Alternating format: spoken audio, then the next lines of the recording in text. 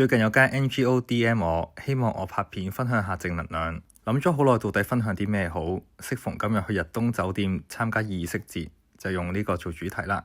抗癌嘅過程，深刻體會到面對生命嘅挑戰，除咗身體嘅治療，心靈嘅力量同埋正面嘅態度係相當之重要。嗰段時間學識咗點樣同自己嘅情緒相處，點樣喺微小嘅事情入邊揾到希望同力量。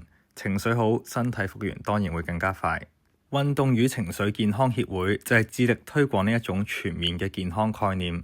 運動係非常好嘅工具，幫我哋調節情緒、建立自信，甚至乎減輕壓力。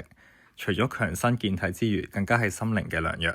近日香港有好多唔開心嘅事情發生，相信對大家嘅情緒都有影響。呢個時候更加要互相支持，同埋照顧好自己。有需要記得同身邊嘅人傾偈，甚至乎尋求專業嘅協助。